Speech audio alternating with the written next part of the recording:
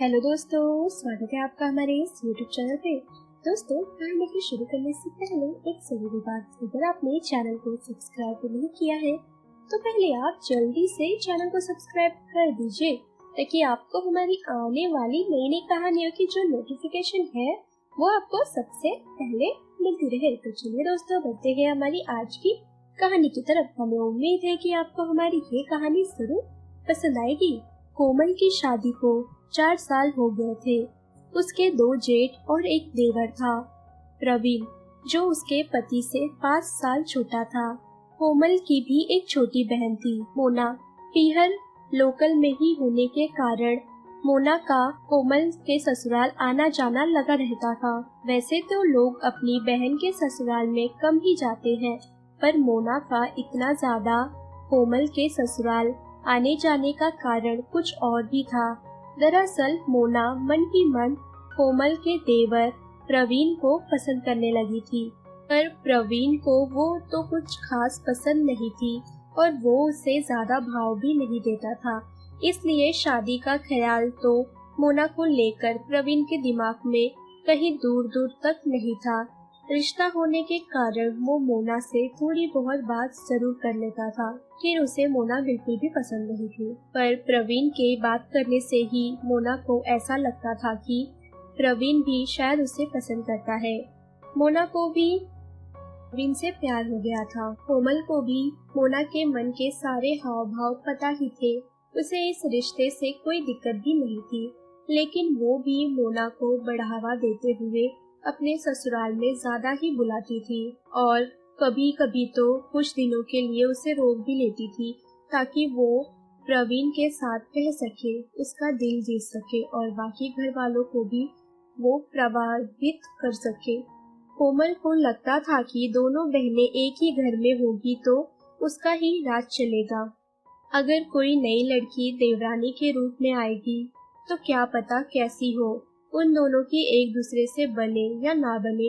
इसलिए वो चाहती थी कि उसकी बहन ही उसकी देवरानी के रूप में इस घर में आए। कोमल कई बार प्रवीण को मोना का नाम लेकर छेड़ती थी और कहती थी कि तुम दोनों की जोड़ी कितनी अच्छी लगती है, लगता है बहुत ही गहरी दोस्ती हो गई है तुम दोनों में। पर प्रवीण अपनी भाभी की इन बातों पर इतना ज्यादा ध्यान नहीं देता था और सिर्फ एक मजाक के रूप में ही वो टाल देता था। पर आखिर एक आदमी की फितरत ही यही है कि अगर आगे से कोई लड़की बहुत ज्यादा मौका दे रही है तो वो भी उस मौके का फायदा उठा ही लेता है, और वही प्रवीण ने भी किया।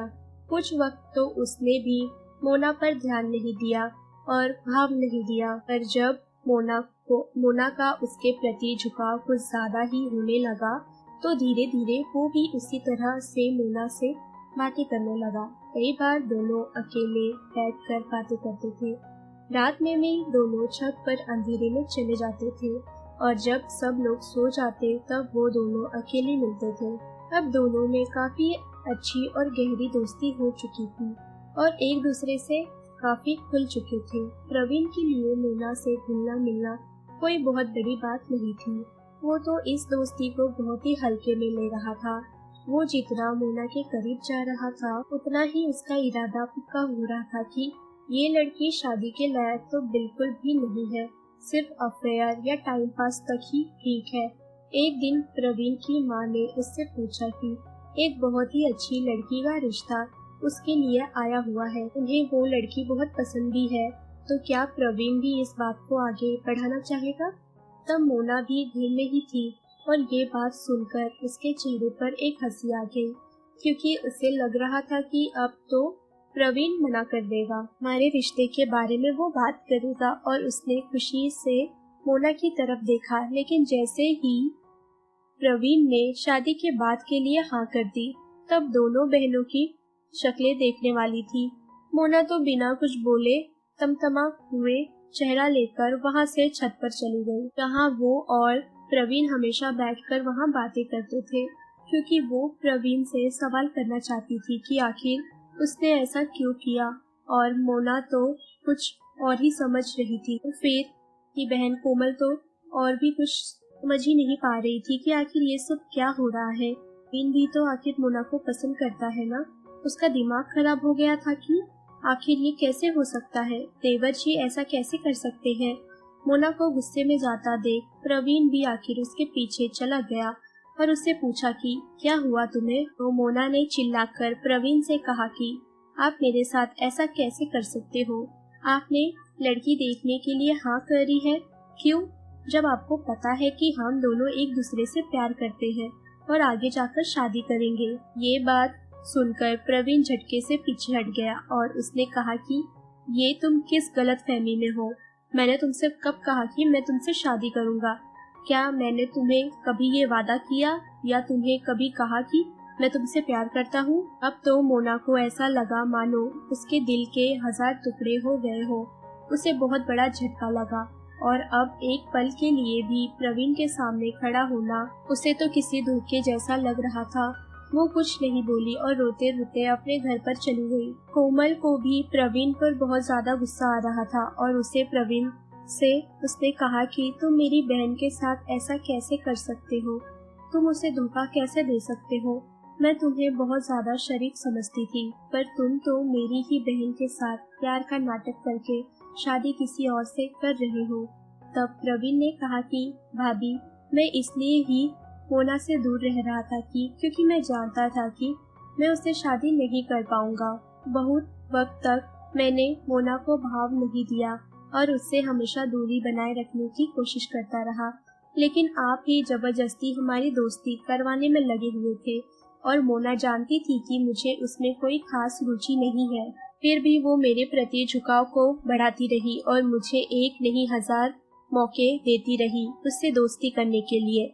मैंने कभी मोना के साथ कोई भी गलत हरकत नहीं करी, ना ही उसका फायदा उठाने की मैंने कोशिश की, न शादी करने जैसा कोई उससे मैंने झूठा वादा किया, ना ही प्यार का नाटक किया मैंने। इसलिए अब आपको बुरा नहीं लगना चाहिए, क्योंकि हम दोनों की दोस्ती में सबसे बड़ा हाथ तो आपका ही था।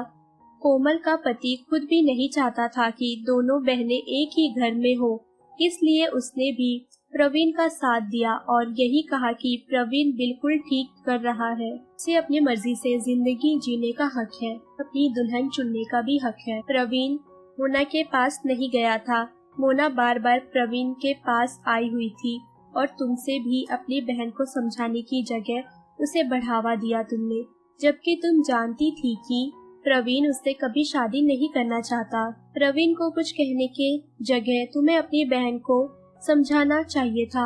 अपने पति से भी ये बातें सुनकर तो कोमल के इरादों पर पूरी तरह से पानी फिर गया। दरअसल प्रवीण और उसके भाई का इस तरह अपनी बात पर अड़े रहने के पीछे बहुत बड़ा कारण ये भी था कि उनकी दोनों भाभियां सगी बहनें ही थी, जिसकी वजह से दोनों बहुएं मिलकर प्रवीण की माँ को बहुत परेशान करती थी।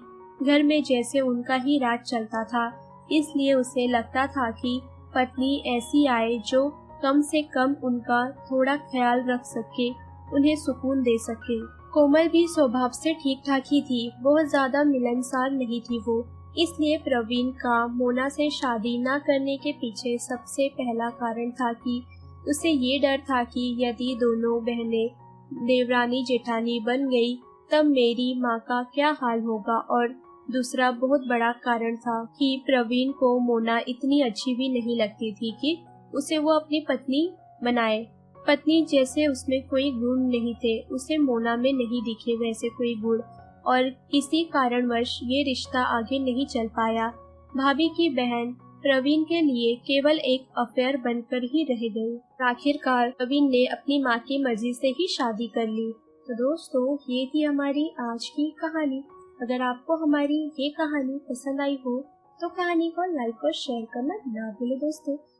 अगर अभी भी आपने चैनल को सब्सक्राइब नहीं किया है तो पहले आप जल्दी से चैनल को सब्सक्राइब कर दीजिए, ताकि आपको हमारी आने वाली नई नई कहानियों की जो नोटिफिकेशन है वो आपको सबसे पहले मिलती रहे। तो चलिए दोस्तों, हम फिर मिलेंगे अपनी एक और आने वाली नई कहानी के साथ।